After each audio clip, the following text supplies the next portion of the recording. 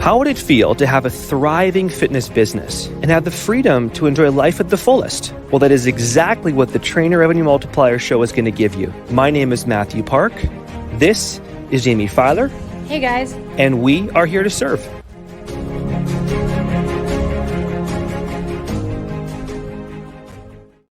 Hello, everybody, and welcome to the Trainer Revenue Multiplier podcast. I am Jaime Filer, and I am doing my best not to fangirl because I am with one of my favorite people who has turned about 1 million people pro, Darren Mehling. Hello, Jaime. How are you? I'm well. How are you? The original. I'm doing great. Thank you for having me.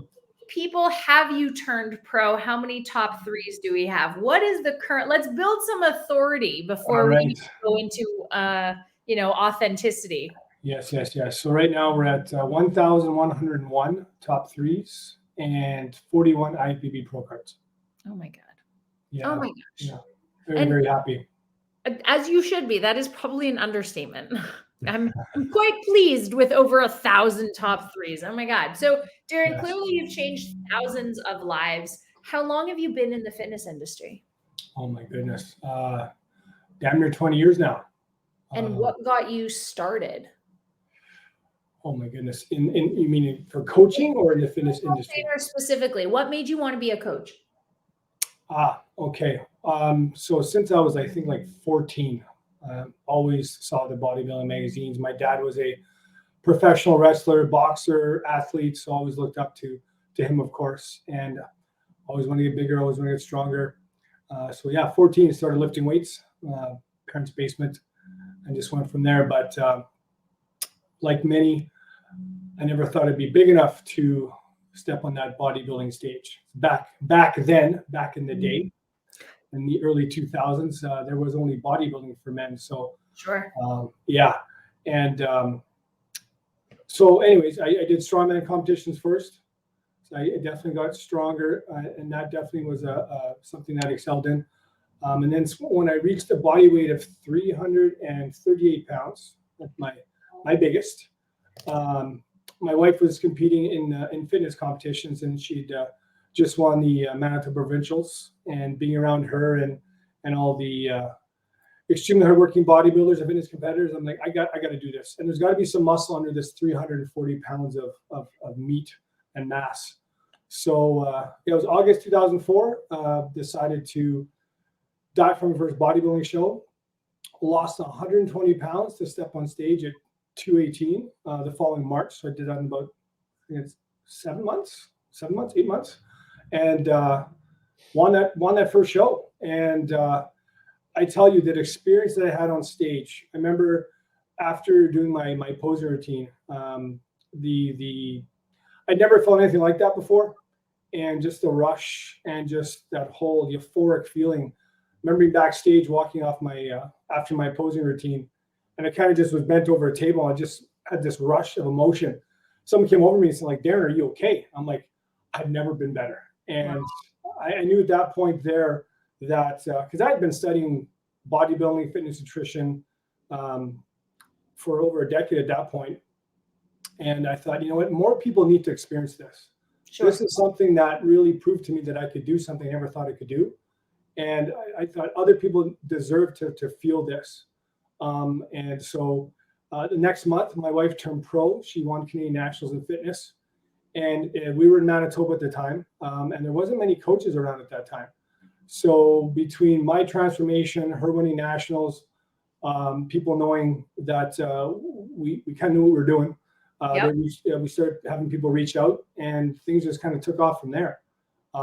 It's been quite a ride since. I mean, and the rest, they say, is history. Yes, ma'am.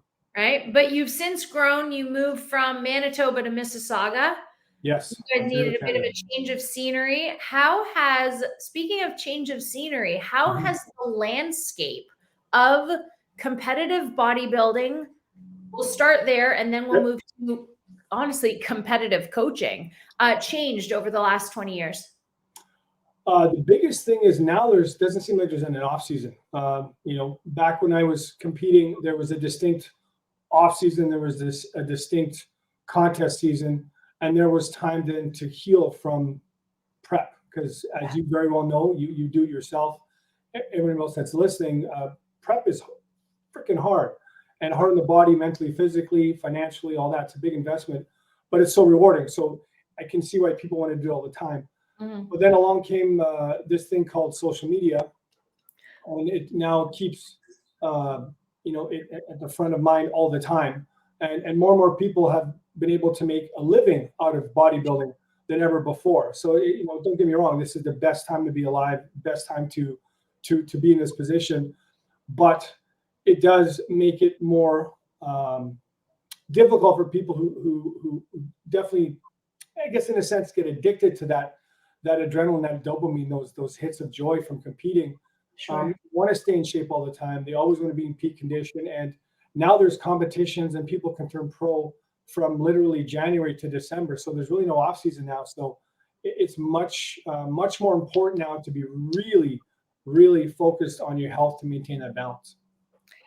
Darren, the more you were talking about the fact that there's no off season, the more I actually see the parallels between your work ethic and lack of balance and the competitive bodybuilding season.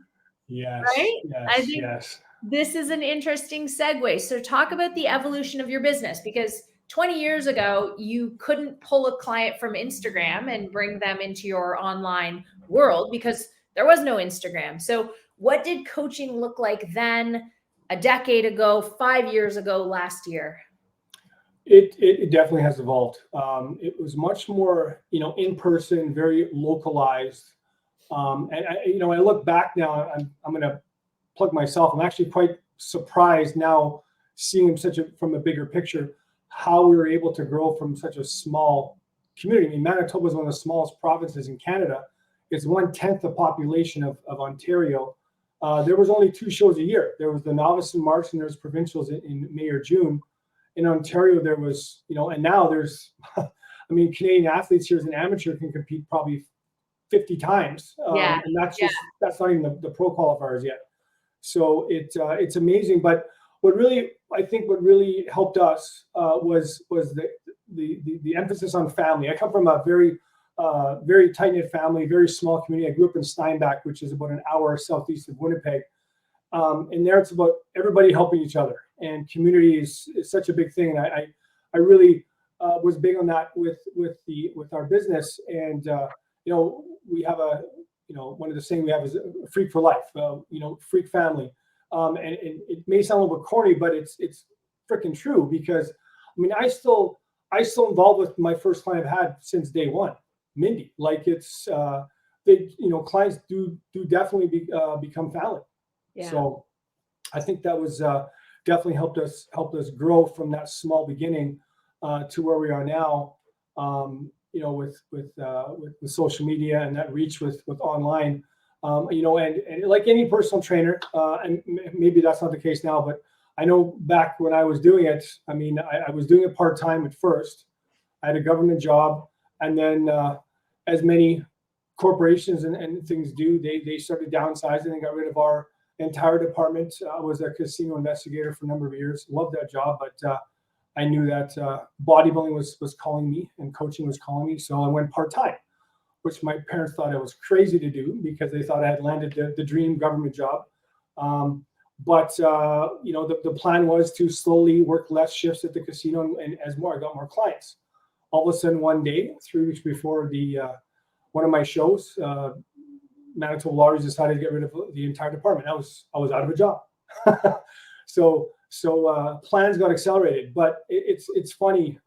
Sometimes one of the worst things that you think can happen to you become one of the best things that could ever happen, because within a year, I was full for personal training clients. And I was kind of a unique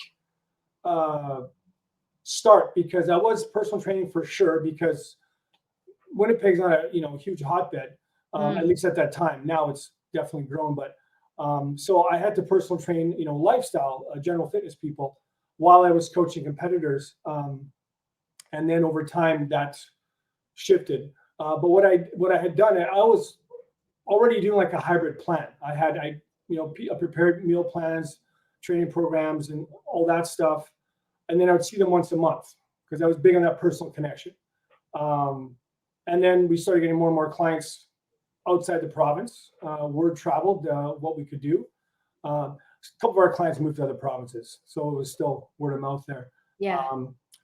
So we went online, but then my personal training got so busy, we actually ended up opening up the first CrossFit gym in Winnipeg back in 2008. I learned from Greg Glassman. I learned from Nicole. I learned Chris Spieler was in my class. All the big names there. I actually was in the last class ever held at the CrossFit HQ in Santa Cruz. They were actually closing it down after that weekend, so it was pretty cool to be part of it. Cool. Yeah, I was one of the first 17 level 2 CrossFit coaches in Canada, actually. So I tried to marry the two. I thought, let's open a CrossFit gym. Let's marry physique competing and bodybuilding, like two of my great loves. Yeah. And in 3 years, Winnipeg ended up getting like over 10 CrossFit gyms. And so we made a business decision to go all online. And this was 2010. Right. At the time, every business person that I had talked to at the time thought I was absolutely insane. They're like, what are you doing? You need to have a gym. You need to have a place, to train people. And I tell this to everyone and they just smile, especially people like yourself. Our client base tripled in 6 months the moment we went online. Like we actually closed our gym. We just obviously labeled it different, that we were changing business models. Our client base tripled in 6 months. That's and insane. Because we niched, we said we have to make a decision, go CrossFit or physique competing. We went physique competing. Yep. 6 months, things just exploded from there. And that's when we, shortly thereafter got one of our first client pro cards, and things just continued to blossom from there. We were traveling so much for competitions. People, we didn't know if we lived still in Winnipeg or Edmonton, Calgary, Vancouver, Toronto, Montreal. So we knew that we needed to get closer to where more of the action was. Sure. And, it was coincidental. Again, could have been the universe working its ways, but October 1st, 2017 is when we moved to Ontario, the Greater Toronto Area, Mississauga. October is when the CPA started. That's when the whole shift happened there with the sport. So we kind of shifted with the sport. It was the timing couldn't have been better. Because Toronto here, this is where the magazines are. This is where the supplement companies are. There's 30 plus shows within driving distance. So things continue to grow from there. And here we are today, and could not be happier. So would you say, what characteristics or qualities come to mind when you think of what you had that allow you to grow? Because obviously low resistance to change, open-mindedness, like what else are you, innovation, what comes to mind in terms of what's allowed you to be successful in terms of the tides changing from our industry? I think that one constant that really will stand the test of time, no matter what challenges the industry faces, is caring about your client. Okay. I really cannot stress that enough.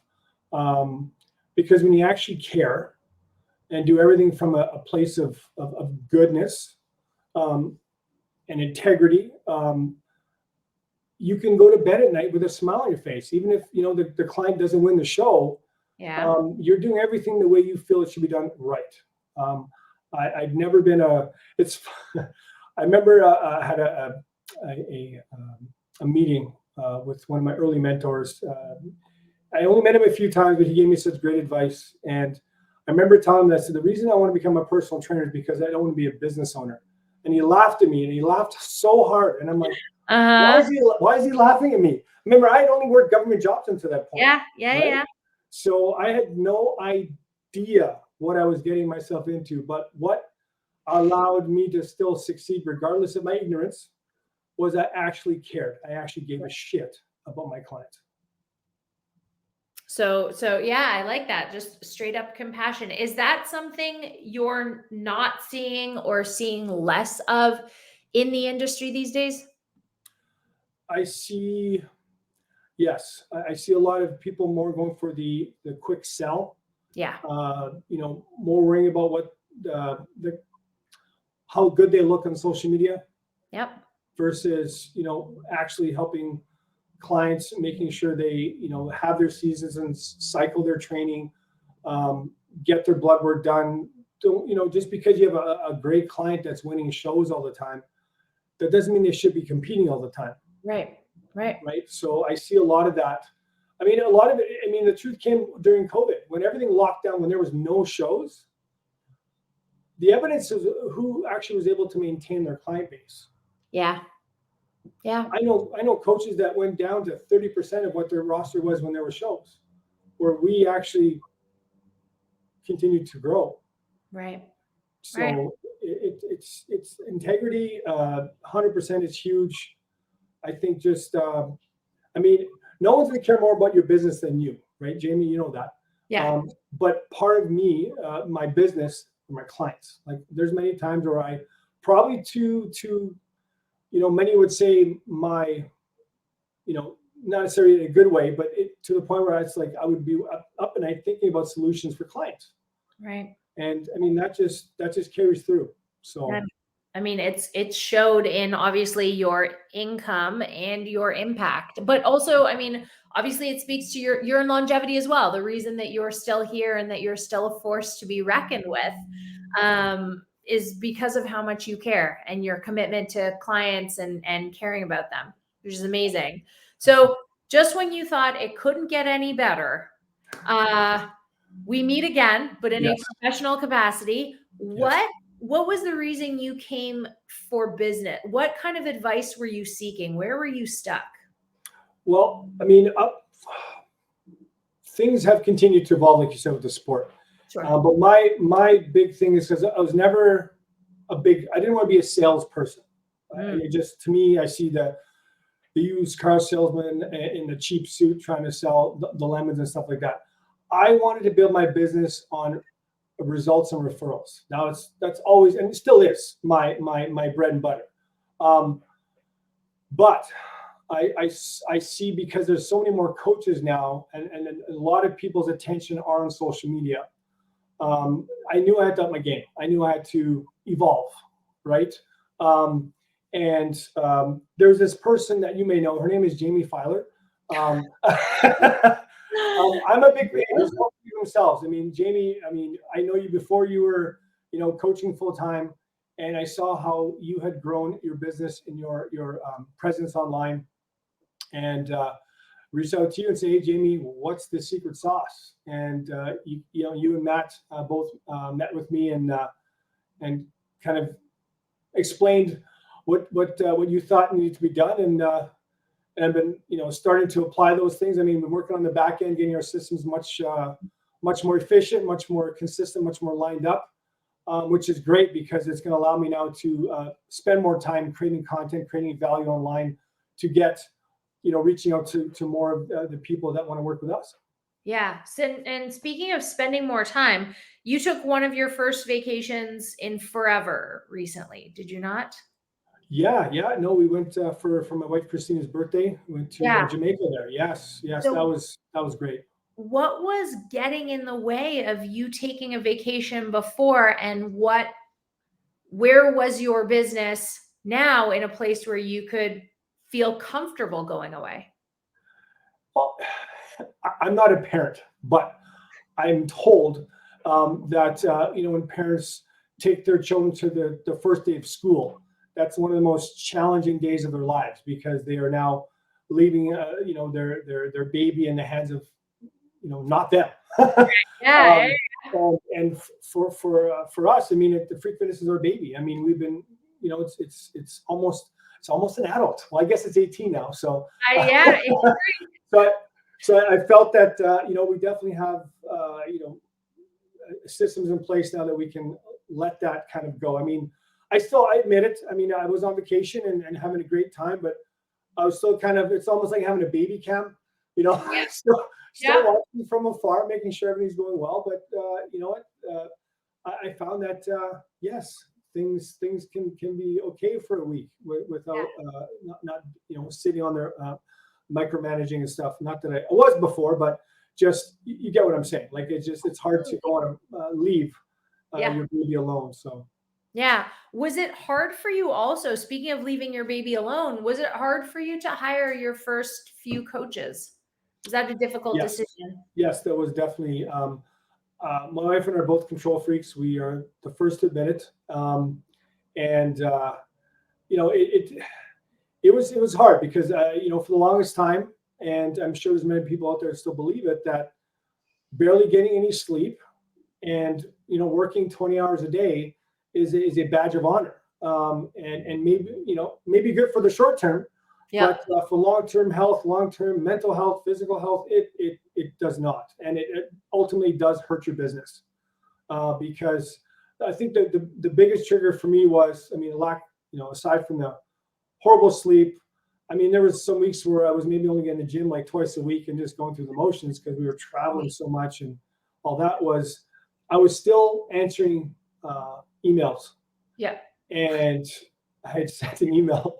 And I think I told you the story before. And I get an email reply back, and the client, the first line of the email was, "Good morning, Darren." And I'm like, it's 3:30 in the morning. I'm still up. This is not good.